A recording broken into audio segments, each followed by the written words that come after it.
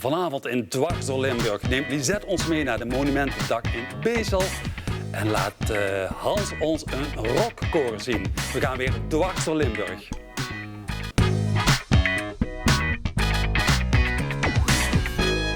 Goedenavond. Elke week bespreken we lifestyle en cultuur met onze experts. En vanavond zijn dat Lisette en nieuw aan de desk Hans. Hans, we beginnen met jou. Hans, je bent een expert in kunst en cultuur in Venray. En je bent naar een bijzondere theatervoorstelling gegaan, hè? Naar de documentaire van Ruud Lentzen. Ik ben er niet heen gegaan, want ik moet nog in première gaan. Maar ik ga het er wel even over hebben. Ja, Wij achter de mist is eigenlijk het vervolg op de filmdocu Wij zorgen voor pap van Ruud Lentzen. En in deze productie wordt eigenlijk meer een kijkje gegeven vanuit de mensen die er direct mee te maken hebben. Dus niet alleen Jacques als vader die lijdt aan dementie, maar iedereen eromheen eigenlijk heeft zijn eigen verhaal. En dat wordt in beeld gebracht in deze theaterproductie. En dan vooral vanuit het oogpunt van de mantelzorger. En in dit geval is dat dus vooral Ria, de vrouw van Jacques. Ja. En wat is nou zo anders ten opzichte van de film? De film is eigenlijk het verslag van het verloop van de ziekte. Maar ja, in de theaterproductie wordt dus meer het wel en wee waar iedereen mee te maken krijgt belicht, zeg maar. Dus ja, de zorg daarvoor, zeg maar. En daar komt nogal op de schouders van de mantelzorg te liggen. En dat het een urgent probleem is, dat mag wel onderkend worden. Want over een jaar of 10 heeft 1 op de 3 mensen te maken met enige vorm van mantelzorg. Dus het mag best een aandacht krijgen, inderdaad. Je zegt eigenlijk heel veel mensen krijgen er straks mee te maken. Ja. We gaan even naar het filmpje kijken. Vasculaire dementie. Nu is er over gepraat. Het is bevestigd, het is een feit, iets wat je gewoon weet. Ruud Lentzen maakte de film over zijn ouders. Inmiddels zijn zijn vader en moeder overleden. Ik realiseer me steeds meer hoe lastig het voor mensen is die het zelf mee moeten maken. Gewoon omdat je zelf voelt, de onmacht tijdens het spel, van hoe pittig het is voor mensen. Ja, hoe lastig. Het is niet te filmen, man. Ja, nou. Het is gewoon niet te filmen. Kijk eens wat je hier aan het knoeien bent. Verschrikkelijk. Goh. Heb je je handen wel gewassen? Hè? Ja, godverdomme! Dat is de godverdomme op mijn huis! Kom. Ach, zie je wel dat je hier overal aan de rommel bent hier in het huis? Ach. Documentaire natuurlijk verschillende keren bekeken. Maar je wilt als acteur of als speler wil je ook niet gaan kopiëren. Dus we maken er een eigen invulling van. Dus, maar de documentaire maakt sowieso veel indruk. En vooral dat gevoel, dat probeer je wel mee te nemen in het spel. Kijk, je hebt het wel door dat je woorden soms vergeet of dingen niet meer zo begrijpt. Hoe moet ik het zeggen? Het is heel licht. Woorden komen wel binnen, maar ze blijven niet plakken. Heel licht, zo dat je denkt, een zuchtje wind en het is weg. De mensen gaan zeg maar een stuk uit de documentaire zien, maar dan kruipen we nog een klein beetje achter de gedachtes van de mensen die het aangaan, zeg maar, die de hoofdrol spelen, zeg maar. Dus je kijkt als het ware ook soms in het hoofd van de dementerende of van zijn vrouw of van zijn zoon of van de mensen. En dan wil je wel helpen. Natuurlijk wil je helpen. Maar hoe? Wat kun je? Je doet wat je kunt, maar voelt nooit als genoeg. Ja. Je valt eigenlijk van de ene emotie in de andere. Hè. Je bent soms heel boos, je bent soms heel opgelucht, je bent soms heel verdrietig. Bijna alle emoties komen wel voorbij. Hans, wie heeft het script geschreven? Het script is geschreven door Peggy Keizers, ons wel bekend. Ja, zeker. Zij heeft ook voor de productie draagt zij zorg. Regie ligt in handen van Esther Koenen. En die is ook zeer bekwaam in dit vak. De muziek is geschreven door Egbert Derks en Mike Roelofs. En dat zijn ook geen kleine jongens in het wereldje. Dus. Vanaf wanneer kunnen de mensen het gaan aanschouwen? De première is op 21 september in Venray. En op 22 september is de tweede voorstelling in Venray. Daarna gaat het een beetje reizen naar Panningen in Dok 6. Dat is op 2 oktober. Daar zijn 2 voorstellingen, 1 om 2 uur en 1 om half 8.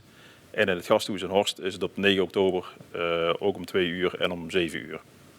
Dankjewel Hans, we komen straks bij jou terug.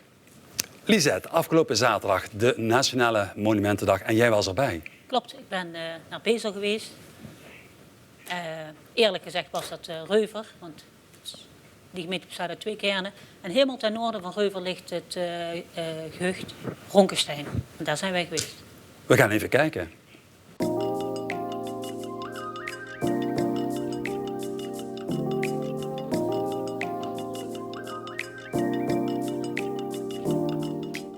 We staan hier in het dorpsgezicht Ronkenstein, een beschermd dorpsgezicht.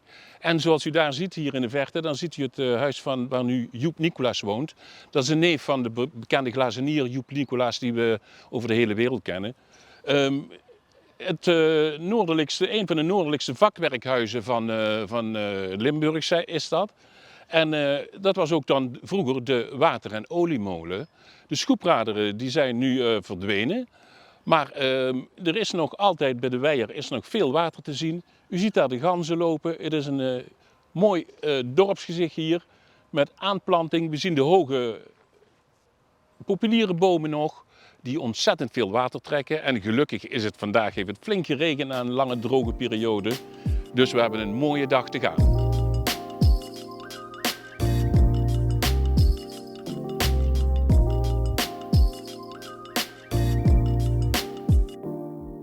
We staan nu dus midden in Ronkenstein. Vertel eens. Ja. Midden erin. Nou, als je kijkt, hier zie je het bord van het beschermd dorpsgezicht met de oude foto's erop. Dat is voor een aandachtige luisteraar en zelfs lezer. Er is van alles mee te doen. Je kunt daar even je kennis op doen en dan verder gaan rondlopen. Nou, als we hier achter je, Lisette, heb je de Weijer dan. Het voorraadwater voor de molen. Dat stroomt dan daar beneden onderdoor en dan ging dat naar de schoeperader toe. En dat dreef dan de molenstenen aan. Het heet dan ook Ronkenstein, waarschijnlijk vanwege het ronken van de stenen die over elkaar heen gingen. Ja? Nou, dan hebben we hier een oude smids, waar nu een gezin woont. Dus na de molen zijn er 2 boerderijen gebouwd. Dat is die witte daar, waar 1777 op staat. En de boerderij daarachter waar we straks begonnen zijn. En de rest waren, beide kanten waren molenaarshuizen. Bovenop is een molenaarshuis, een woning. En rechts is een molenaarshuis. En dan hebben we verderop, als we het gebied inlopen, dan komen we nog bij een kapelletje uit, de Fluitende Engel genaamd. Dat staat er ook op. En bij Onderse Hof. De Onderse Hof is nog ouder dan dit gebied. Die kwam al voor in 1350 in de eerste papieren. Dus het is een heel interessant gebied om te lopen. Ik had een boekje meegenomen van de Biep. En er staat ook een stukje in met foto over de kapel. Ik had meer mee kunnen nemen over Ronkenstein, want in diverse boeken staat iets over Ronkenstein. Ja. Maar deze was handzaam om mee te nemen. Dus ik ben heel benieuwd om die kapel van dichterbij te gaan bekijken. En ze stond er ook in? Jazeker, met foto. Wat leuk zeg, want ik heb er een mooi verhaal bij. Ja. Nou, dit is een kapel. Ja, er staat Ave Maria, zoals je ziet. Maar als je dan boven naar die steen kijkt, Lisette. Ja, ik zal er maar even zeggen wat er staat. Er zit een kruis in van de paters Dominicanen. En een koehoorn. Voorheen was dit, ik zie je inderdaad bedenkelijk kijken. Het was voorheen namelijk een Corneliuskapel. En die Corneliuskapel die was gekoppeld aan het erfgoed van de paters Dominicanen. Want hier de Onderse Hof, die hier langs ons ligt, die is op een gegeven moment overgeërfd naar de paters. Middels een nonnetje wat de helft van haar bezittingen geschonken heeft aan de paters Dominicanen van Roermond. Want iets verderop ligt de Klaashof, ook een oude boerderij. En die is van de paters Dominicanen in Venlo. Ja, de Klaashof. Ja. Nou, het was dus vroeger een Corneliuskapel, maar het is omgedoopt naar een Ave Maria. En er is een beeld van Maria van altijd durende bijstand. Hier zijn tijdens de politionele acties die we gehad hebben, weet je wel, direct na de Tweede Wereldoorlog, zijn hier nog novenen gehouden. Dat onze jongens, weet je wel, veilig thuis mochten komen. En hier, zoals je ziet, hier branden nog volop kaarsjes. Hier is altijd bezoek. En hier wordt de zaak mooi bijgehouden. En we zien hier ook heel vaak dat hier pelgrimsmensen of wandelaars of fietsers hier een boterham opeten. Het is hier gewoon een fantastische rustige omgeving.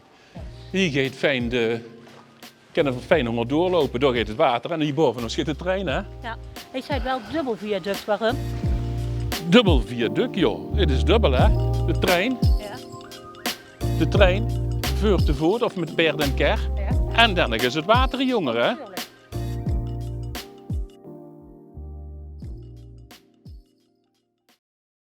Lisette, ik zag 2 stieren in de wei. Dat zal niet zonder reden gefilmd zijn. Klopt, daar zit iets bijzonders aan. Die kapel die heette Cornelius, dat is een beschermheilige van de runderen.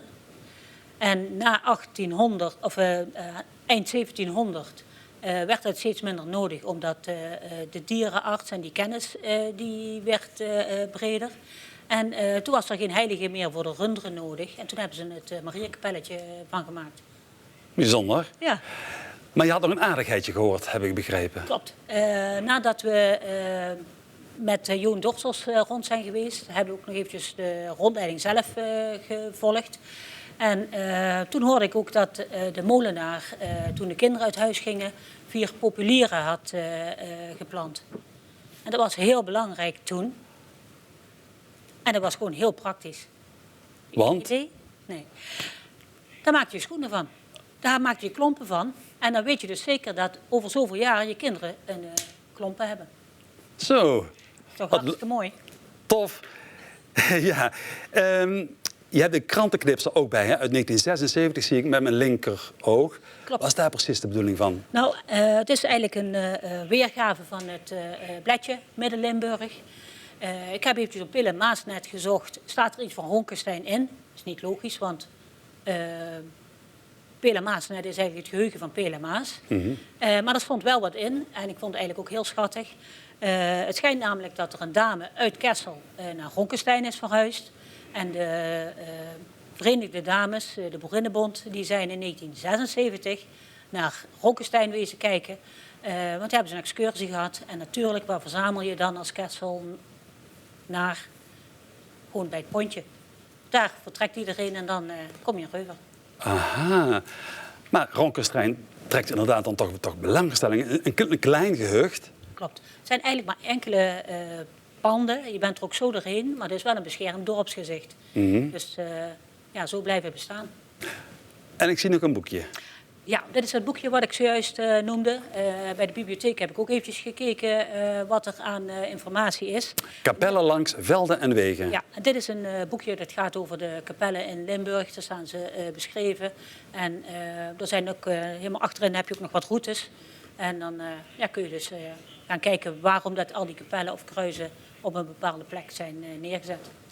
Ik ben wel heel wat wijzer geworden. En de kijker ook. Mooi. Dit jaar kunnen kinderen uit de hele provincie deelnemen aan een wedstrijd. De wedstrijd heet Kids Proof Challenge. In dit geval bedenken zij een menu wat op het kindermenu moet staan van een restaurant.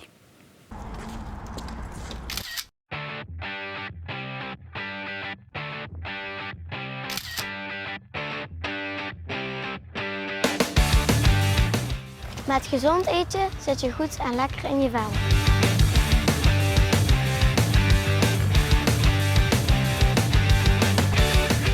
Maar in veel restaurants staat alleen friet en kipnuggets op het kindermenu.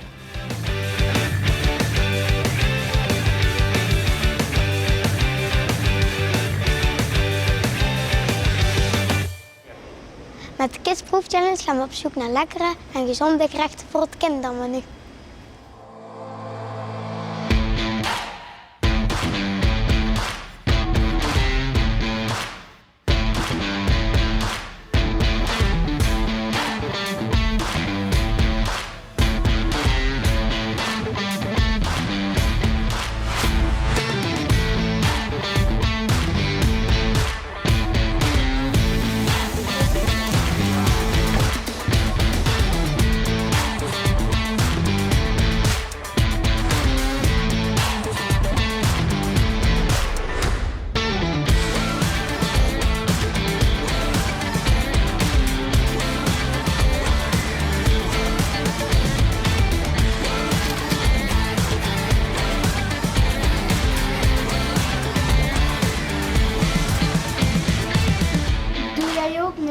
je weet staat jou gerecht binnenkort op het kindermenu van een Limburgs restaurant.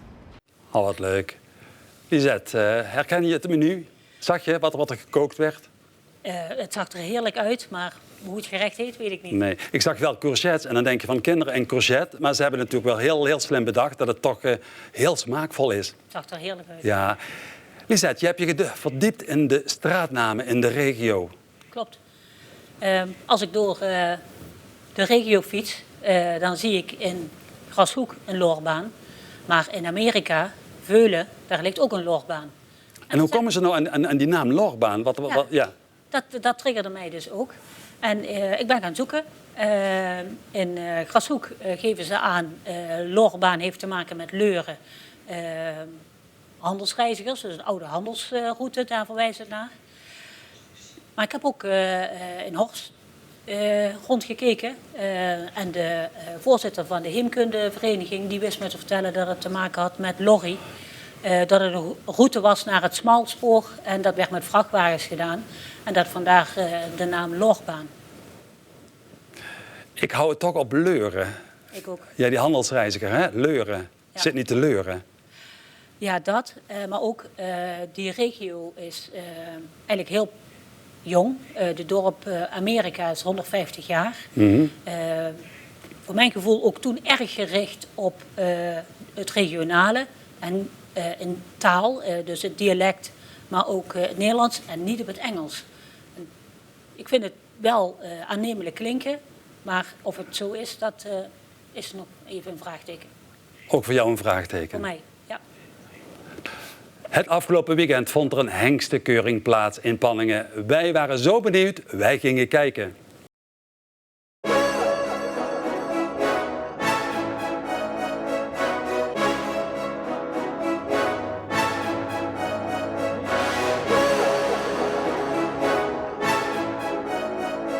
Ja, het is een hectische dag. Het begint eigenlijk al een paar dagen van tevoren. Dan moeten die ponies allemaal gewassen worden en netjes, of eigenlijk al weken van tevoren met voederen, dat je in goede conditie komt. Dan een dag of 3, 4 van tevoren worden ze gewassen. En dan op naar de manege en dan beginnen we 's morgens met veulens te keuren. En zo gaat het door via de jeugd naar de oudere ponies. En als ik dan dat bekijk zo wat die ponies op een gegeven moment, het zijn Shetlanders, is dat een bepaalde club die dat organiseert? Ja, dus de vakvereniging Limburg die organiseert deze keuring. En het in naam van het Nederlands Shetlands Stamboek. En ja, daarvoor stonden we allemaal hier bij elkaar. Ik ben vandaag afgereisd met 12 ponies.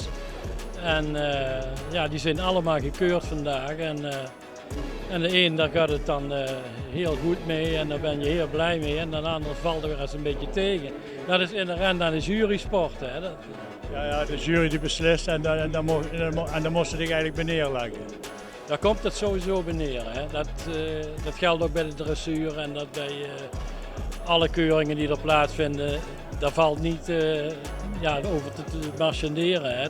Wat de jury uitspreekt, dat heeft het te aanvaarden. Ik heb mijn veulentjes verkocht. Ik had 5 hengstveulentjes. Hengstveulentjes houden over het algemeen weinig aangehouden. Die gaan weg. En die heb ik voor €200 per stuk verkocht om er een vergelijk te maken. En voor 3 jaar terug, dan kreeg je nog €25 voor een veulentje. Dus zoveel verschil zit erin. En een merrie, een eerste premie merrie, nou dan zit je tussen de €800 en de €1000. Dat is toch veel geld op een gegeven moment. Veel geld, ja. En voor een jaar of 3, 4 terug, toen kocht je een eerste premie merrie voor €450. De laatste rubrieken zijn nou aan de hand, dus daar gaan we beginnen aan de kampioenskeuring. Zodat het ook groeit en bloeit.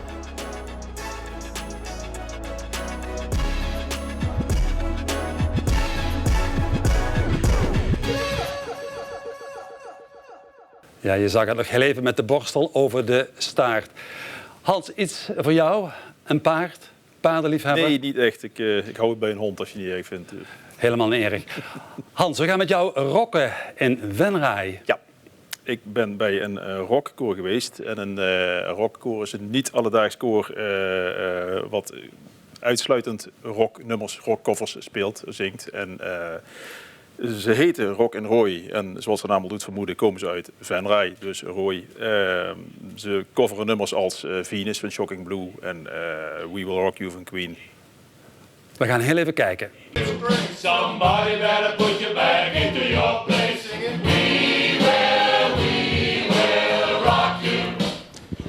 We staan hier in Leunen op donderdagavond bij café 1878, omdat hier rockkoor Rock en Roy repeteert. En daar gaan we even naar kijken. Ga je mee?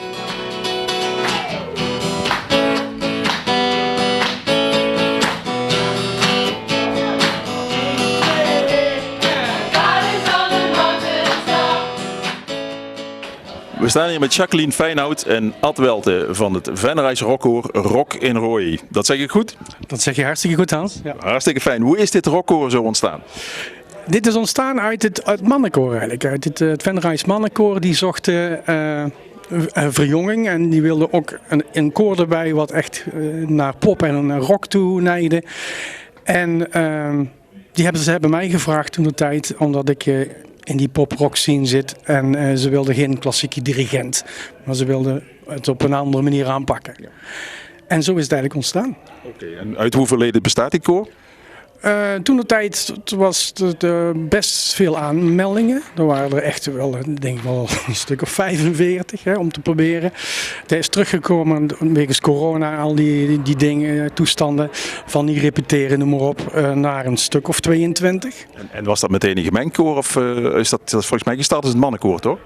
Het is gestart als een mannenkoor, maar doordat in die tijd was ook een vrouwenkoor, een rockkoor wat starten, maar die hadden maar 2 repetities gehad en toen lag het al helemaal plat weer door die coronatoestanden. En daar ben jij verantwoordelijk voor geweest, Jacqueline? Nee, ik ben niet begonnen met dat rockkoor voor die vrouwen. Maar wij zijn pas veel later, ik ben er pas veel later bijgekomen. Ad zei op een gegeven moment van, goh, wil je mij uithelpen of wil je mij helpen met die vrouwen allemaal? Wat moet ik met die vrouwen? Want hoe is de verhouding dan man-vrouw? Ja, zoiets 50-50 denk ik, ja. Wat staat er zoal op het repertoire van dit rockkoor? Want ik kan me voorstellen dat het de heavy kant op aangaat. Ja, uit de rockkoor, het is wel een beetje rock. Dat klinkt wel een beetje overdreven, moet ik zeggen. Het is toch meer pop wat dat betreft. Maar met Joan and Jett, I Love Rock and Roll en It's My Life en Summer of '69 en we hebben nog meer Mercy. Dat is een beetje richting de Motown. Dus ja, en we hebben tot nu toe 6 nummers, want we zijn eigenlijk zojuist weer gestart na die coronatijd. En in een half jaar tijd hebben we die 6 nummers in kunnen studeren voor het optreden Scheid aan de Grens. En dat was onze vuurdoop, zeg maar, als gemengd. Helemaal stilgelegen in de coronatijd dus.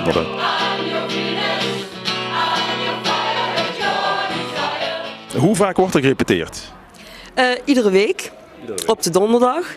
Van 7:15 tot 10:15. Dus wie allemaal wil komen, mag allemaal komen, hè, toch? Absoluut. Ja. En hoe vaak wordt er opgetreden met jullie koor? Ja, we hebben nu 1 optreden gehad. En ja, we willen natuurlijk toch wel regelmatig, niet iedere week, maar wel toch wel regelmatig op het podium staan. Dat is toch wel het doel. Oké, en moet dan iedereen aanwezig zijn of heb je een bepaald minimum aantal leden wat dan op moet komen? Ja, kijk, de stemmen moeten wel gevuld zijn. Hè. Meestal is het toch 4-stemmig. Ja, kijk, als je van de sopraan maar 1 hebt, ja, dan houdt het op, weet je. Dus, maar net zoals 14 dagen geleden hadden we ook niet helemaal compleet wegens vakantie. Maar we hadden toch de partijen genoeg bezet en dan treden we op, punt. En als jullie live spelen, is dat dan met een band of een live band? Live band zou geweldig zijn, maar ja, dat is nog niet te realiseren qua muzikanten, noem maar op, en qua financiën. Dus we doen het met een karaokeband, of ik speel gitaar erbij, ja. Of we doen het a cappella. Dus. Nou begrijp ik dat jullie op zoek zijn naar nieuwe leden. Hoe kunnen ze zich aanmelden en waar moeten ze zijn? Nou, misschien is het handig dat ze gewoon een keer komen kijken, want dan krijg je meteen ook een goede indruk van hoe dat koor is en of het bij je past. En wij repeteren dus op de donderdag in café 1878. Ik wou al 87 zeggen, 1878. Super gezellig hier ook altijd. En ja, in principe is het prima als ze in ieder geval komen, toch?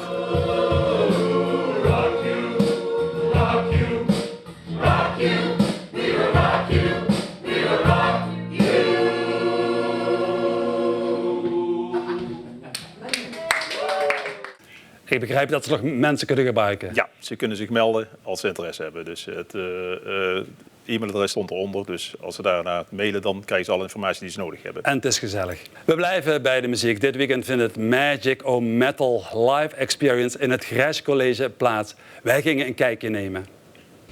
Een metalfeest voor alle leeftijden op een ruiver. Ken dat wel. Nou ja, goed.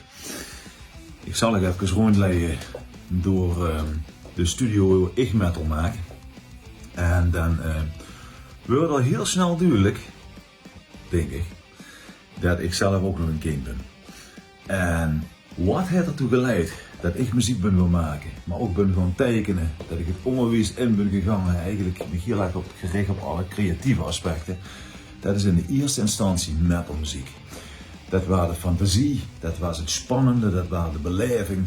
Natuurlijk het duister was wel een beetje akelig in het begin. Maar metal heeft veel meer te bieden. En dat willen we eigenlijk met Magic O Metal laten zien.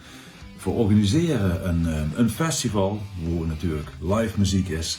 Waar workshops werden georganiseerd door van allerlei mensen uit de metal scene. En die workshops zijn voor jong en oud.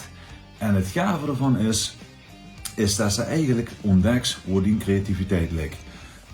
Of het nu met gitaarspelen te maken heeft, of het nu te maken heeft met tekenen, het maken van comics, of het nu te maken heeft met management, of gewoon met de muziek zelf. Voor ieder wat wils, laat ik verrassen op een ruiver, de plaats waar bands als After Forever en Epica zijn ontstaan. Laat ik verrassen door echt een hele toffe dag, waarin metal centraal staat, maar eigenlijk nog veel meer de creativiteit. Hopelijk zeer vrucht aan. Tot snel. En we gaan naar het korte nieuws. Lisette, jij hebt een routebeschrijving bij je en nog een voorwerp wat te raden valt. Klopt. Ik denk dat we best even met het voorwerp kunnen beginnen. Ja, ik mag raden. Jij mag raden. Het lijkt... ja, ik dacht eerst een spanningszoeker van de fietsenband, maar het zou ook een afstandsmeter kunnen zijn. Klopt helemaal. Vroeger, voor de tijd van de knooppunten die we nu al helemaal gewend zijn, wilde je wel een stukje fietsen, maar je wist dan niet hoe ver het was. En dan keek je naar de schaal op de kaart. Ja. En dan kijk je welke kleur je moet pakken. En dan loop je eigenlijk over die route op de kaart met dat wieltje wat hier bovenin aan zit. Oh ja, ik zie het staan. Een schaal op 1 op 50.000, schaal op 1 op 75.000. En aan de andere kant nog enkele. Dus afhankelijk van welke schaal de kaart is, kun je dus zien als je er overheen gaat hoeveel kilometer het ongeveer is. Aha. Een luxe die we niet meer nodig hebben met de nieuwe routes. Ik heb hier bijvoorbeeld de boerenroute van Leudal bij me. Die is gemaakt door de Heemkundevereniging daar. Er staan verschillende routes van boerderijen in Leudal op. Met wat aardigheidjes over de boerderijen, het boerenleven. Maar ook bij welke boerderijen je producten kunt kopen. Wanneer ze open zijn, de informatie daar allemaal. Nou ja, dat is tegenwoordig zo luxe. Je krijgt een kaart. Deze was toevallig gratis. Maar ja, het wordt gewoon helemaal verzorgd en kan en klaar afgeleverd. Dus het is gewoon eigenlijk gemak. Je hoeft alleen nog maar te gaan fietsen. Dus pak de fiets. Juist. Lekker naar buiten. Daar sluit mijn volgende thema mooi op aan. Want jij hebt ook nieuws. Je hebt nieuws over een fotowedstrijd. Dus Lisette, het fototoestel meenemen. Niet vergeten, hè? Maar kan ook met de telefoon, hè? Hans, leg uit. Het is geen wedstrijd, het is een expositie georganiseerd door Cultura Venray. En daaraan mag iedereen meedoen die een liefde heeft voor fotografie. En je mag professional zijn, maar amateur. Je mag de beste installatie hebben die je hebt. Of gewoon met je smartphone op pad gaan. Er worden geen restricties gesteld aan echt kwaliteit in de zin van aantal megapixels of iets dergelijks. Het is gewoon een feel-good wedstrijd, feel-good gebeuren als het ware. Ik bedoel, even kijken, het gaat over het thema tijd. En dat mag zo ruim genomen worden als dat je het zelf interpreteert. Net als hier heb je bijvoorbeeld de vergankelijkheid van hout. Dat heeft ook met tijd te maken. Tijd is niet alleen de tijd op een klok. Het is ook een oud beeld of een auto in staat van ontbinding. roestige auto in ieder geval. Of hier, de tijd staat even stil, als het ware. Ja, en wat kun je met tijd? Rekbaar antwoord het maar, ja, precies. Ja, je kunt er van alles mee. Je kunt het, dit is de tijd van de dag, bijvoorbeeld.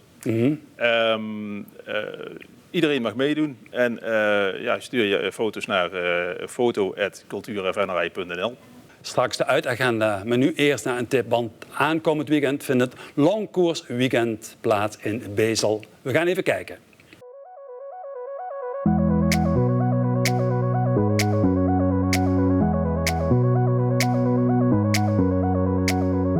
Op 16, 17 en 18 september is de gemeente Bezel weer gastvrouw voor het Longkoersweekend Holland.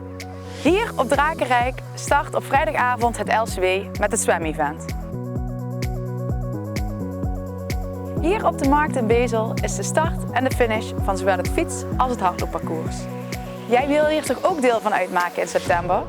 Stel je eigen sportweekend samen en geef je op via www.lcwholland.com. Zoals je al ziet ben ik al hard aan het trainen. Want ik doe ook mee. En doe je niet mee? Kom dan naar Drakenrijk of de markt in Bezel en laat van je horen. En woon je aan de route? Versier dan jouw huis en steek zo de deelnemers een hart onder de riem.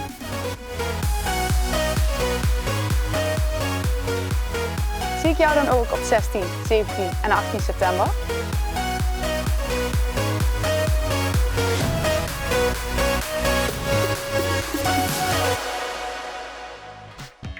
Dankjewel allemaal. Dat was weer Dwars door Limburg. Heb je nou ook een tip? Mail hem naar dwarsdoorlimburg@omroeppnm.nl. Tot de volgende week.